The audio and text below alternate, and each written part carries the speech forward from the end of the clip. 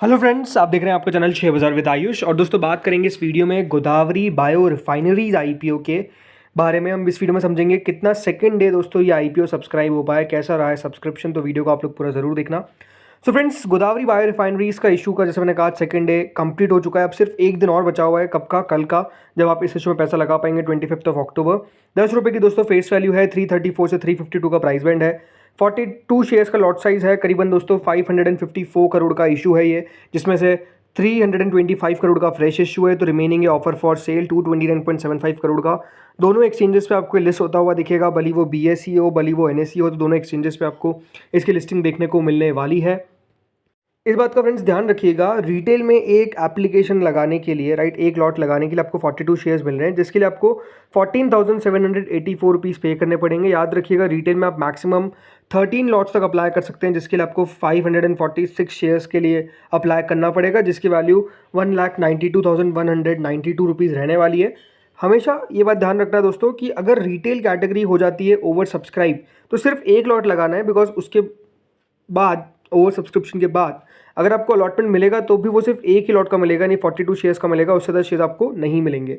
Then small HNI category आती है, जिसमें दोस्तों मिनिमम 14 लॉट्स के लिए आपको अप्लाई करना पड़ेगा। अगर आपको ज़्यादा शेयर्स चाहिए फिर स्मॉल एचएनआई कैटेगरी में जाना पड़ेगा, जिसके लिए आपको 588 शेयर्स के लिए अप्लाई करना पड़ेगा मिनिमम, जिसके लिए आपको 2,06,976 रुपीज़ पे करने पड़ेंगे। स्मॉल एचएनआई मैक्स अगर आपको जाना है, यानी स्मॉल एचएनआई में मैक्सिमम लगाना है, तो वो 67 लॉट तक लगेगा, करीबन 9,90,000। देन अगर आपको बिग एचएनआई कैटेगरी में जाना है तो मिनिमम है 68 लॉट्स, जिसके लिए आपको 10,05,000 रुपीज़ पे करने पड़ेंगे। इस बात का ध्यान रखिएगा दोस्तों, बिग एचएनआई के अंदर मिनिमम जो 68 लॉट्स है, तो मैक्सिमम इसकी कोई लिमिट नहीं है, आपका मन है कितना आपको लगाना है। अब चलिए देखते हैं कितना पैसा आया। तो देखिए, जो कल का सब्सक्रिप्शन था, QIB कैटेगरी ने कोई रिस्पांस नहीं दिया, एचएनआई कैटेगरी ने सब्सक्राइब किया करीबन 12%, रिटेल ने सब्सक्राइब किया 52%।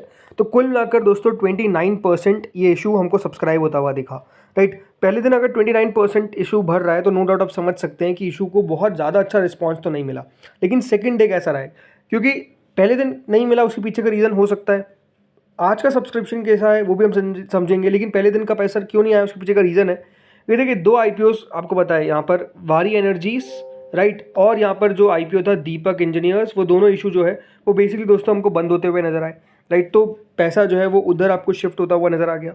अब ये बात सही है दोस्तों कि वारी एनर्जीज और दीपक बिल्डर्स का इशू अलॉटमेंट आज आ जाएगा, तो मेजरली पैसा भी कल आ जाएगा, तो आप कल अप्लाई कर सकते हैं। इस बात का भी ध्यान रखना, तो इसके कारण भी हो सकता है कि पैसा ना आ रहा हो।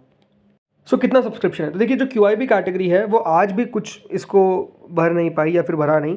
QIB वैसे देखिए मेजरली आखिरी दिन लगाते हैं, तो ये बात सही है कि QIB का पैसा अगर नहीं आ रहा है तो वो कोई बहुत बड़ी चिंता करने वाली बात नहीं है। QIB का मेजर पैसा आखिरी दिन आता है। अगर कल के दिन QIB का पैसा नहीं आता है, देन दोस्तों ये अपने आप में एक ख़राब बात है, क्योंकि पैसा अगर QIB आखिरी दिन भी नहीं लगा रहे हैं तो फिर डेफिनेटली अपने आप में सोचने वाली बात है कि QIB क्या इशू में इंटरेस्टेड नहीं है, वो दिख जाएगा, राइट। तो कल का दिन बेहद ज़रूरी रहने वाला है। देन एचएनआई कैटेगरी पे आते हैं दोस्तों। जो एचएनआई कैटेगरी है वो 27% के आसपास सब्सक्राइब होती हुई दिखी है आज के दिन। कुल मिलाकर एचएनआईज ने इस इशू में 22 करोड़ रुपए के आसपास जो है वो लगाए। 23,63,000 शेयर्स के सामने 6,31,000 शेयर्स के लिए एप्लीकेशन जो है वो आपको देखने को मिलेगी, राइट। इसमें जो बिग एचएनआई कैटेगरी है वो 12% सब्सक्राइब हुई है, राइट। बिग एचएनआई कैटेगरी में आप देख सकते हैं करीबन 15,75,000 शेयर ऑफर किए गए थे, जिसके हमने 1,83,000 शेयर्स के लिए हमको एप्लीकेशन आता हुआ दिखा। 6.46 करोड़ रुपीज़ जो है वो बिग एचएनआई ने इस इशू में पहले दिन लगाया, राइट।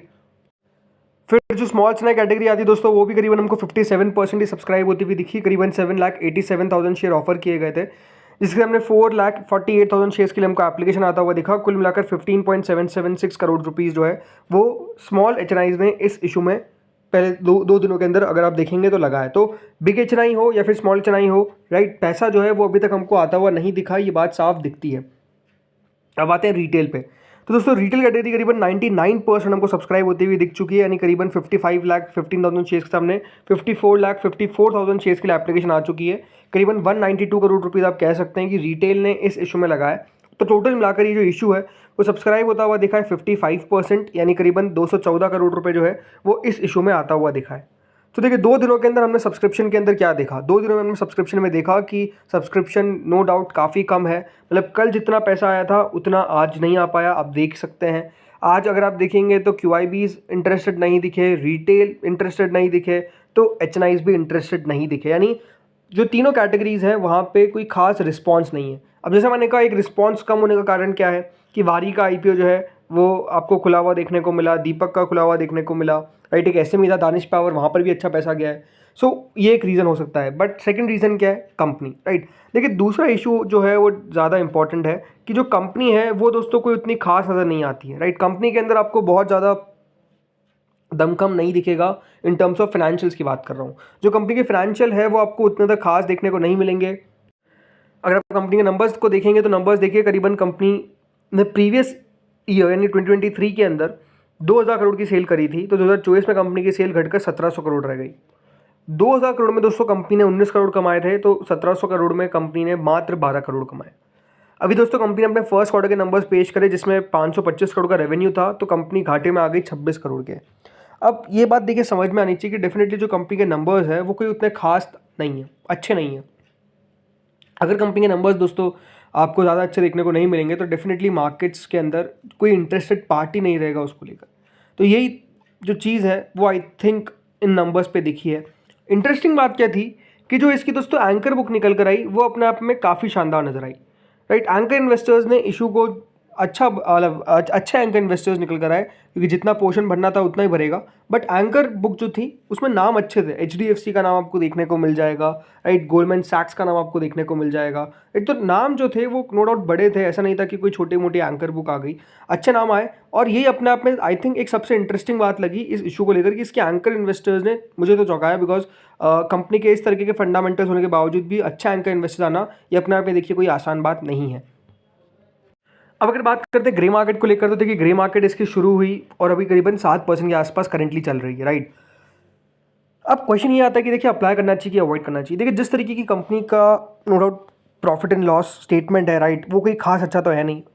उसको लेकर तो हम यही कह सकते हैं कि देखिए इशू अवॉइड ही लगता है, बिकॉज जब तक कंपनी सही तरीके से मुनाफा ना करे, मार्जिन के अंदर अगर आप देखेंगे तो डेफिनेटली प्रेशर दिखता है, बिजनेस में अनसर्टेनिटी दिखती है, राइट। ये अपने आप में कुछ मेजर इशू है कंपनी को लेकर। अगर दोस्तों साइड में आपको अप्लाई करना है तो मैं यही कहूँगा अब वेट करिए कल 3 बजे तक, 3:30 बजे तक कि कितना दोस्तों QIB का पैसा आता है।